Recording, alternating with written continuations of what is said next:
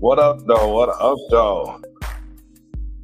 You tuned in to know what I'm saying.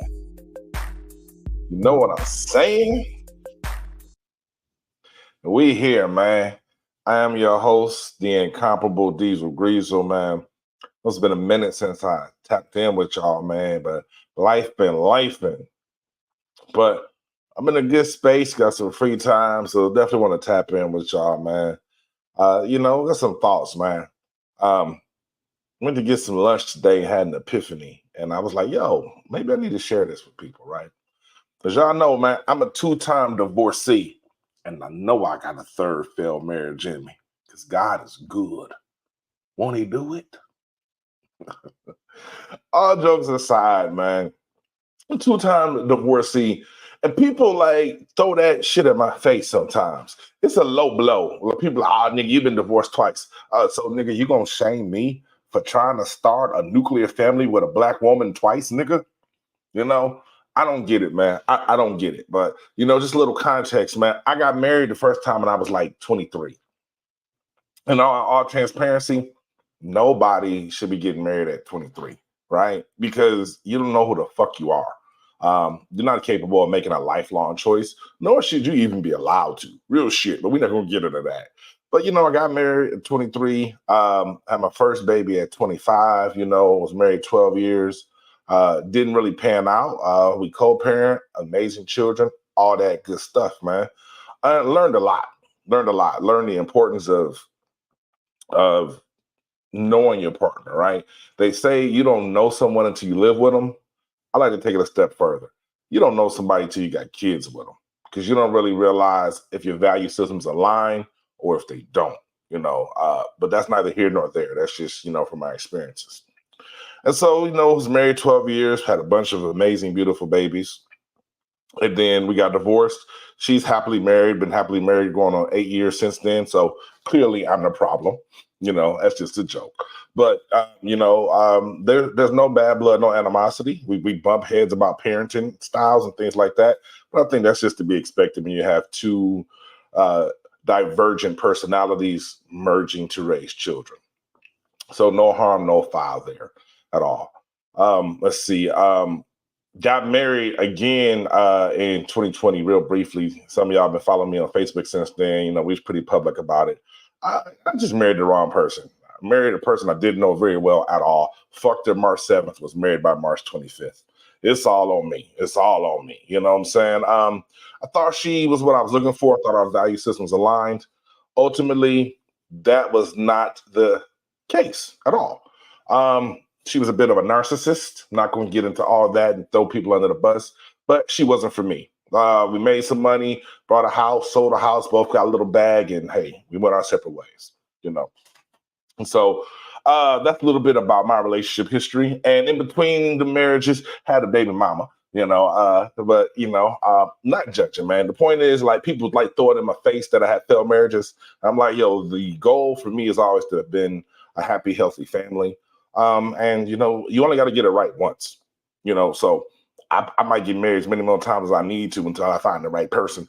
But next time, I'm definitely going to take my time and vet the situation a little more because I have learned a lot about what I expect from a wife, but more importantly, what is expected of me as a husband, and the sacrifices that I have to make in order to make a healthy marriage work. Because it's all about compromise and things of that sort.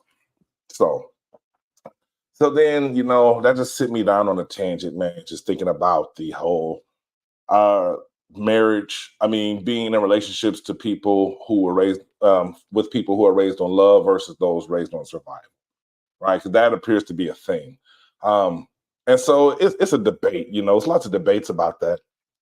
But I kind of dug into it, man. So I had a conversation with someone, and basically she alluded to, without giving too much of this conversation away, but she alluded to, you know, um, me not needing her or me not needing a woman. So let's just leave it at that. And like, she's like, you don't need me. So my initial thing is like, damn, like, isn't that a good thing that I don't need you? Right. But upon further review and really thinking about it, I kind of understand why a man not needing a woman could be problematic for that woman. No matter how much he wants her, values her, loves her, a woman has an innate need to feel needed that men maybe don't have at times, you know. And so I'm raised on survival, hands down. Uh, I don't feel like I got a lot of love growing up, and it's not to knock my mom or my dad or any of that. They grew up how they grew up, and they did the best job they could to keep me alive because that was their priority. Coming from where we come from in Detroit, Michigan, my mama's goal was to keep me out the penitentiary and keep me out the cemetery. And that's really what it was. Loving and all that is secondary, because we had to keep you alive first. Coming from the environments that we come from, dealing with uh, systemic racism, social economic issues, fucking the war on drugs, violence, like so many aspects of urban living, right? So my mom, she never really put a focus on raising us on love. And that's not to say that my mom didn't love us. I'm sure she loved us very much. I'm sure she still loves us. It's not a knock against her efforts. It's just an acknowledgement of the psyche and the mind frame that I have, which at times causes issues. Um, we're gonna get back to this. We're gonna get back to this in a minute. Hold on. Yeah, back like I never left. But essentially, I forgot what I was talking about. Well, I had to take a work call. But I'm gonna get it back focused. Let me get it back focused. So what I was talking about is like survival versus love, right? Yeah, the differences in the styles. And there's been countless internet debates about if people raised on love should date people on survival and things like that. Not gonna get into that. What I will say is that people raised on survival do not struggle with showing love. I think we are very good at showing love because love is sacrifice, love is dedication, love is obligation. So when you're raised on survival, you know how to do what you got to do. And it's even easier to do what you got to do if there's light at the end of the tunnel in the form of love and affection from a person that you want it from. Those mundane tasks, those obligatory tasks become a little more manageable because you have your why. You know why you're doing it. So I think, people raised on survival struggle with the receiving of love or validating the person that loves them in the way that person needs. And of course, I'm only speaking from a perspective of a male. Like I said, I had someone share with me that they felt I didn't need a woman per se, the way a woman wants to be needed. And it's been fucking with me because I'm like, why would a woman want to be needed? Like anyone who fuck needs me is a liability. But that's my fucking rational brain looking at things from my masculine perspective.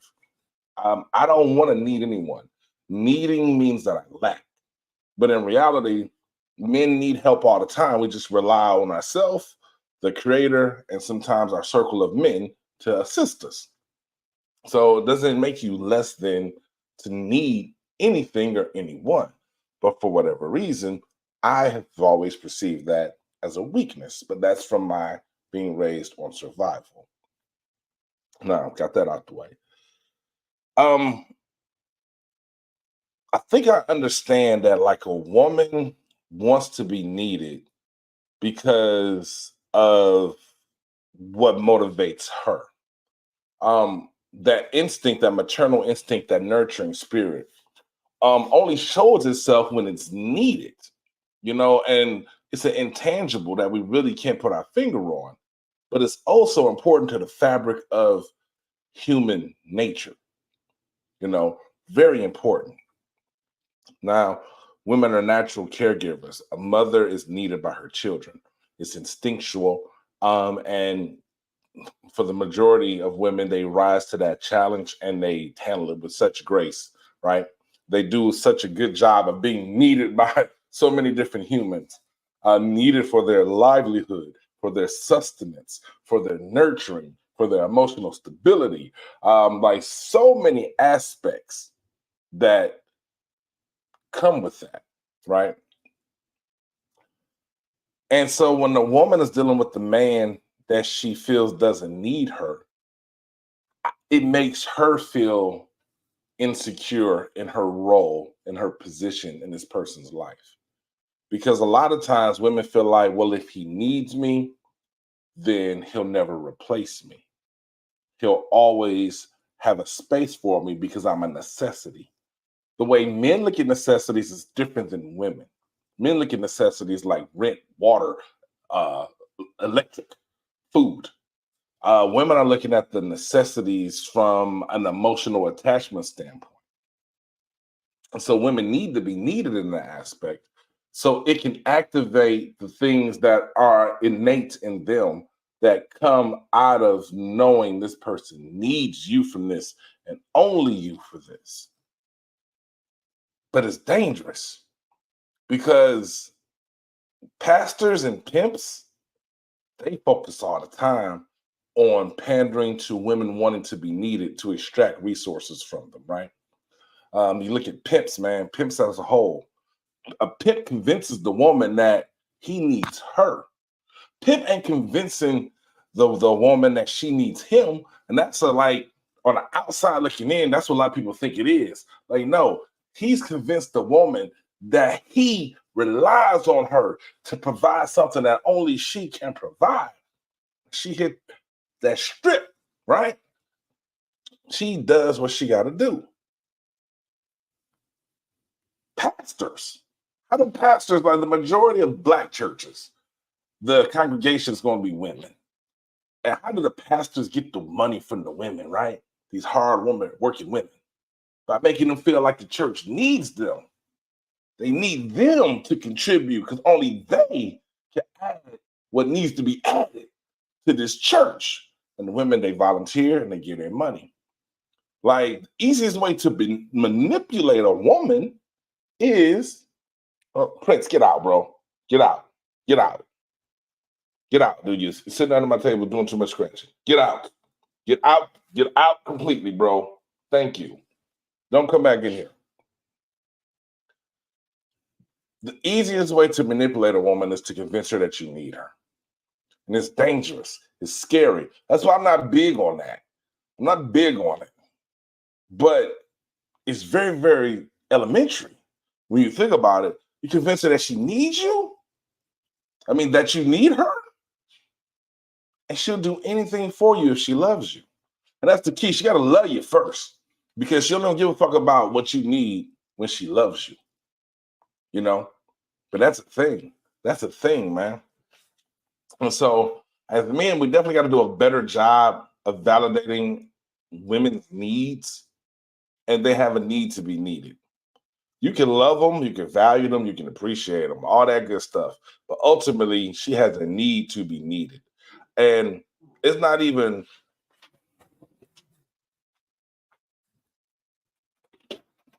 close the door on this dude.